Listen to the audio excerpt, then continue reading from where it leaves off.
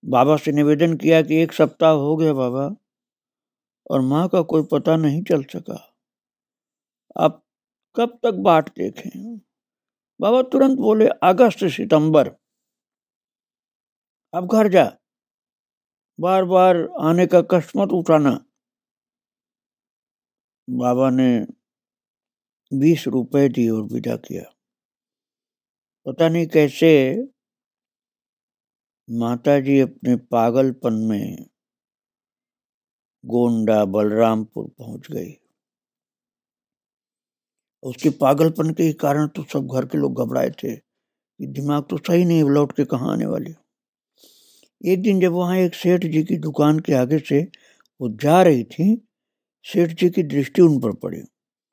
एक अच्छे घर की महिला को ऐसी दयनीय दशा में देख करके उनके प्रति उनका मातृभाव जाग गया। वे उन्हें घर ले आए, नहलवाया, स्वच्छ बिल्कुल नए बढ़िया कपड़े पहनवाए और इनके बाल जो बिल्कुल जटा का रूप धारण कर लिए थे उनको सुलझवाए और इनके सिर में जो अनेक घाव दिखाई दिए उनका इलाज वहां के अस्पताल में करवाया। और जब ये स्वस्थ हो चली और स्वयं हल्द्वानी का पता बताया तो सेठ जी ने अपने दामाद को, जिनकी हल्द्वानी में एक फैक्ट्री थी, उनके घर वालों को सूचित करने को लिखा। और 31 अगस्त 72 का दिन था जब सेठ जी के दामाद ने सरला जी के पिता के पास जाकर शुभ संदेश पहुंचाया तो आनंद जी तुरंत गोंडा गए और सितंबर 72 के आरंभ में उन्हें घर लेकर के आ गए। इस प्रकार बाबा की कही गई बात जो अगस्त सितंबर बोले थे वो सत्य सिद्ध हुई और माता जी बिना खोजे ही घर पहुंच गए। महाराज वो जो विकलांग लड़की थी ना, पोलियोग्रस्त सरला जी, वो बताती थी भक्तों को कि इस घटना से पिताजी का विश्वास बाबा में दृढ़ हो गया और उनकी ये धारणा बन गई कि लोग इस दुनिया में व्यर्थ भगवान को इधर उधर खोजते हैं, भगवान तो बाबा में है और बाबा ही स्वयं भगवान है। इसलिए बाबा के चरणों की वो पूजा करते थे। महाराज बाबा तो संतों के, भक्तों के, गरीबों के, सबके ही थे। एक स्वामी जी रेशमी वस्त्र धारण किए हुए थे, कार में कैंची के रास्ते काठ गोदाम की ओर जा रहे थे। वे आश्रम के पास गाड़ी से उतर गए और महाराज जी के दर्शन हेतु भीतर आए तो बाबा ने अत्यधिक प्रेम से उनका स्वागत किया और अपने पास ही आसन देकर के उन्हें भोजन करवाया। बहुत प्रेमपूर्ण वार्ताओं के बाद महाराज जी ने सजल नयनों से उनकी विदाई की। इस प्रकार बाबा ने स्वामी जी को तृप्त कर दिया और अपने प्रेम पूर्ण व्यवहार से आनंद मग्न होकर के वो अपनी कार में बैठकर चल दिए।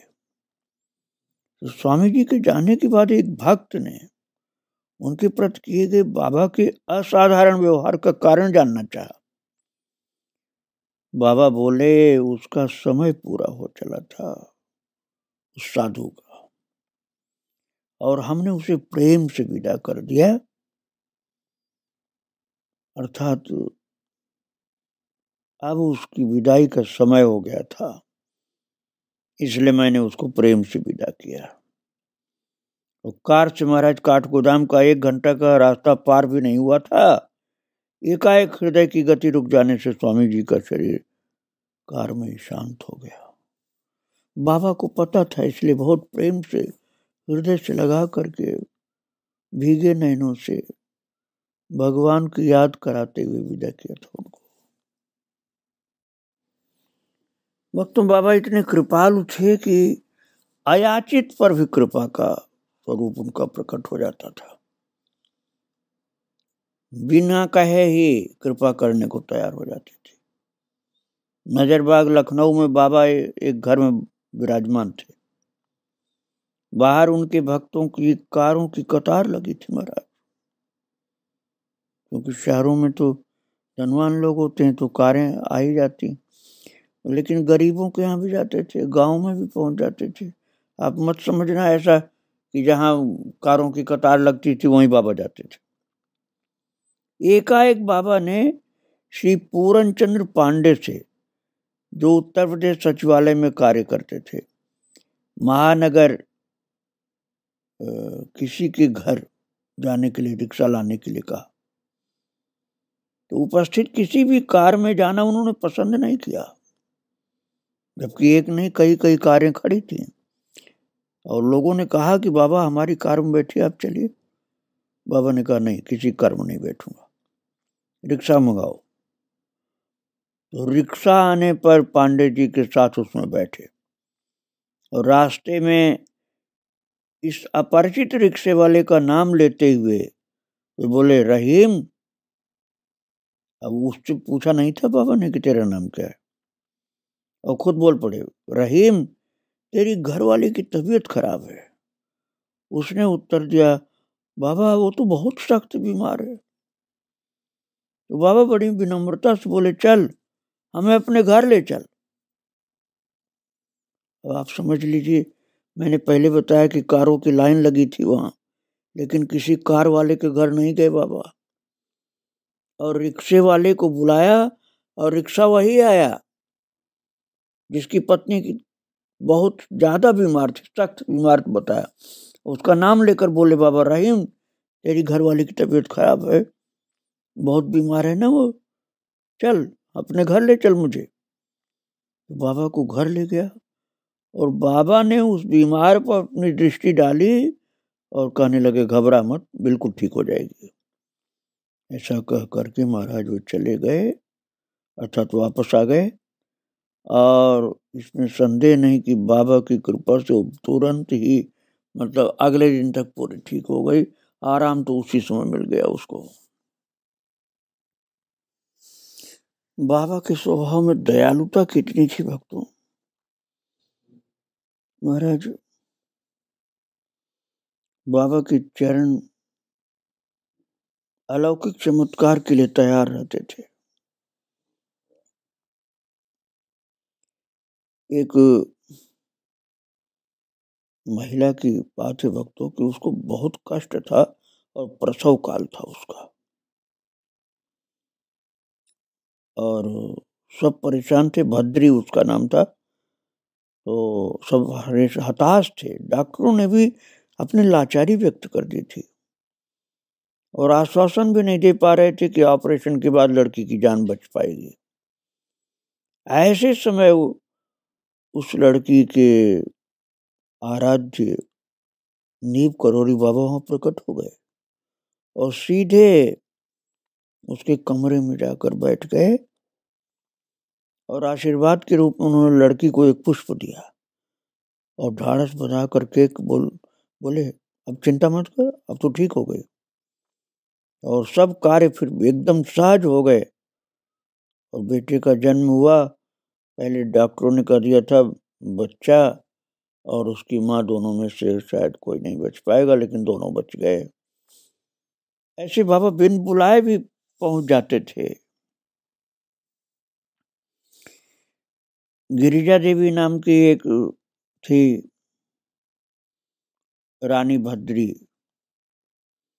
तो बाबा के प्रति अपना आभार प्रकट करते हुए कहती थी वो कि श्री चरणों की अनुकंपा उनके ऊपर सदा बनी रही। जब राजा भद्री कुलपति होकर के पंतनगर विश्वविद्यालय में आए तो महाराज जो बताती हैं कि वो भी साथ में थी। और कुछ दिनों बाद उनका कहना है कि मेरी माँ की तबीयत बहुत खराब हो गई, तो इससे मैं बहुत चिंतित हो उठी और परेशानी में रोने लगी। उसी समय बाबा बिन बुलाए पता नहीं कहां से आकर के प्रकट हुए, बोले अरे रो मत, तेरी माँ ठीक हो जाएगी। इस प्रकार 64 में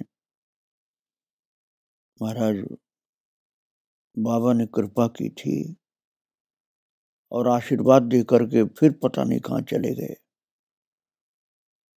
लोग चकित हो जाते थे कि बाबा कहां से आए और फिर कहां चले गए। कोई भी संकट हो, उत्तराखंड में उस समय जब कैंची में बाबा रहते थे, लोग अपना भगवान उनको मानते थे।